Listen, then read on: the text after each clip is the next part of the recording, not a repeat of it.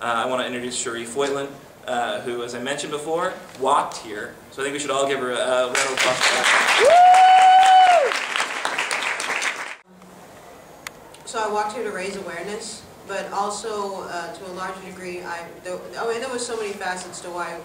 When we first started, it was about just a pure rescue mission of trying to save the people that I care about and the place that I live. But as I started walking, I met with all these wonderful people along the way. First along the Gulf that were actually dealing with issues that I actually had not thought of and wouldn't have had a chance to bring to the light, except for the fact that I was walking. For instance, on the first day, I met with a group of fishermen, and they had crabs that had burn holes in them, shrimp that had burn holes in them, and they're pulling live fish out of the Gulf with no ice. So I had no idea that that was happening, but they have freezer full that they're saving for, they'd asked NOAA and other groups to come down, but we can't get those groups to activate and to come down and do something about it.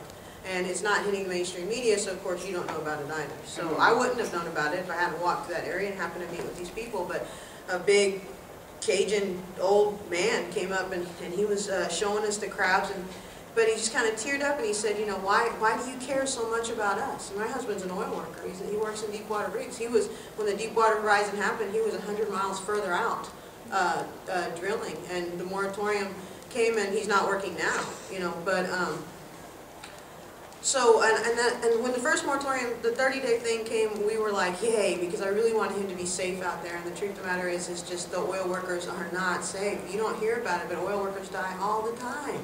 I mean, it's not, this has happened, you heard about it because it was such a big thing, you know, but the truth of the matter is we lose people out there. We know that when we send our husbands and our brothers out there, that there's a good chance that they won't come back. So when I woke up that morning to my husband's relatives and my relatives calling, first thing we start doing is counting people. We're like brotherhood in that way. And so my nephews work out there, my brother-in-law worked out there, and that, you know, talk about a sacrificial zone. I mean, these people are biting it for you, honestly, because what it really comes down to is self-responsibility. And you have to think about that every time you gas up your car, every time you use a straw in your drink, the fact that someone died to provide this for you. And it happens on a fairly consistent basis. My husband's gone through all kinds of safety training, but one of the things they tell you is, you know, if you smell this or you see this or an explosion happens, you're supposed to do this, and until that happens, you just keep going and pretend that it's not going to happen, when the truth of the matter is, it happens, you know.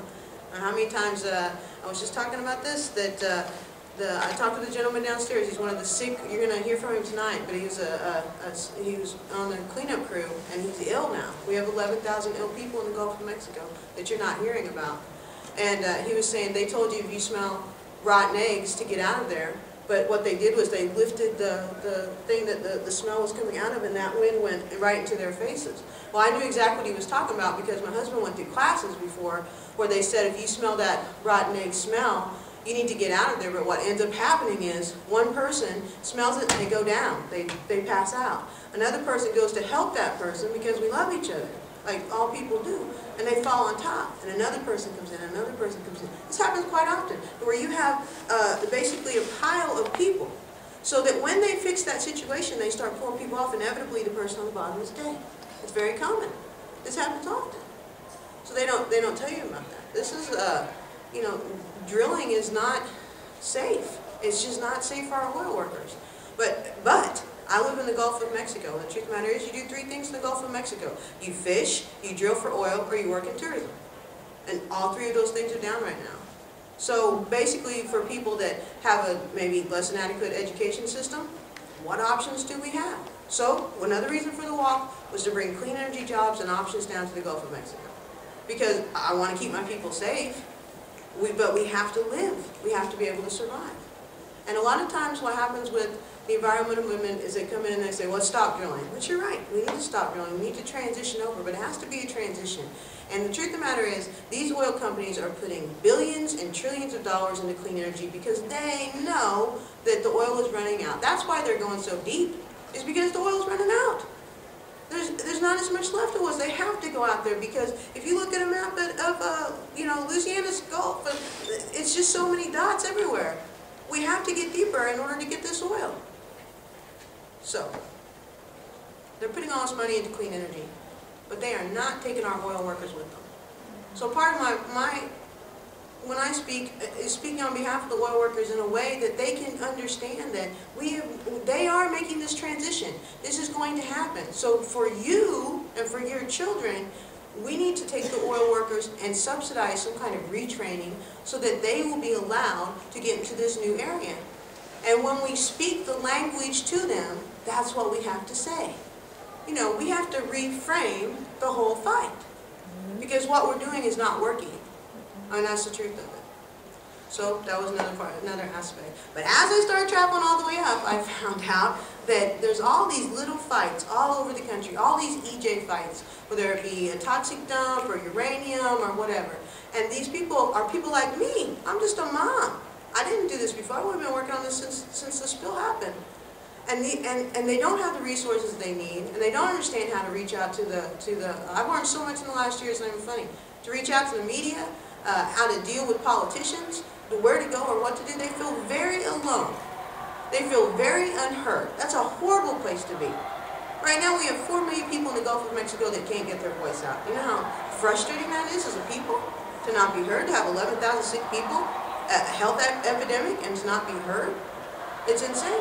So my idea was, we take all these little groups and we put them together and we build a movement across the nation that clean air and clean water is a God-given human right. And that makes it a human rights issue. And then we build it like Martin Luther King Jr., like Gandhi, for what it is. A humanitarian need. So that was my idea with the walk. I wanted to speak with the president so we could activate all these different groups to do that, to do just that. But when I got here, the president was on his way to Chicago. So this is the second time I called out. But you know what? I'm going to keep walking and talking. If they don't hear me today, they'll hear me tomorrow, they'll hear me next week, because I got 6 little kids that are counting on me to get the word out and to save their lives. And that's all it was. You know, the big polluters are legitimately killing American citizens and citizens around the world. They are legitimately killing us slowly. And some rapidly. So my question is, you guys are experts on this, you know, from walking and talking and speaking and research. What can I do as a concerned, compassionate citizen for myself, my family, my friends? What can I do to hold these people accountable for? Like, how can I? How can we? One of the problems that we have as a people is that we feel sort of powerless, and I don't just mean the people of the Gulf, I mean the people all over the country. But as a matter of fact, we have a great amount of power with our voices, with our voting, the way that we vote, support candidates that actually care and that have a track record for holding corporations across the board accountable. That's one thing. Also, please run for office if you, I'm serious, like if you care and if you think you can make a difference, then run for office and be that candidate that we can put our vote behind. And also, the way you spend your money. Like, I'll give you, for instance, you know, one of my biggest pet peeves is straws, for some reason. Everybody feels like they have to have a straw. There are paper straws. There are straws that are not made out of petroleum products, but we don't use them because the petroleum product straws are a lot cheaper. And so here's what we do. We don't use those straws. We don't buy from places where those straws are made. We ask them to use the paper straw. And the price of that's going to come down the more we use the paper straws. You've got to put your money into corporations that are doing the right thing in the first place. That's how we as a group and as a people can show our true power. Yeah, that's why I only eat Ben & Jerry's ice cream. That's true. true. Yeah, so it's hard to support good corporations, right? Because who the hell knows who they are, right? I mean, you do. I think you should, and it's a very important step, absolutely, and I'm not minimizing that. But I do think it's like, what can you do? You can do this. I'm glad you're here. I hope you come out Monday. I hope you show up at the BP stop and listen again to what Cherri's going to say, because it's different and it's powerful, and it's going to help us hold them accountable. But being a part of a 10,000 person movement to get BP to do the right thing for the Gulf, that's pretty good. That's a good starting point. And then when you go back to your community, do it again. And it won't be 10,000 people, maybe it's just 10. Maybe it's 100. Maybe you're a kick-ass organizer. Maybe it is 1,000. But you can do more. We can organize in our communities to hold BP accountable, to hold our polluting, our politicians who've been bought by these polluters accountable. Just keep doing it. You're learning it right now. Keep doing it. Because the guys who we are electing right now in Louisiana suck. And the reason they suck is they get away with sucking.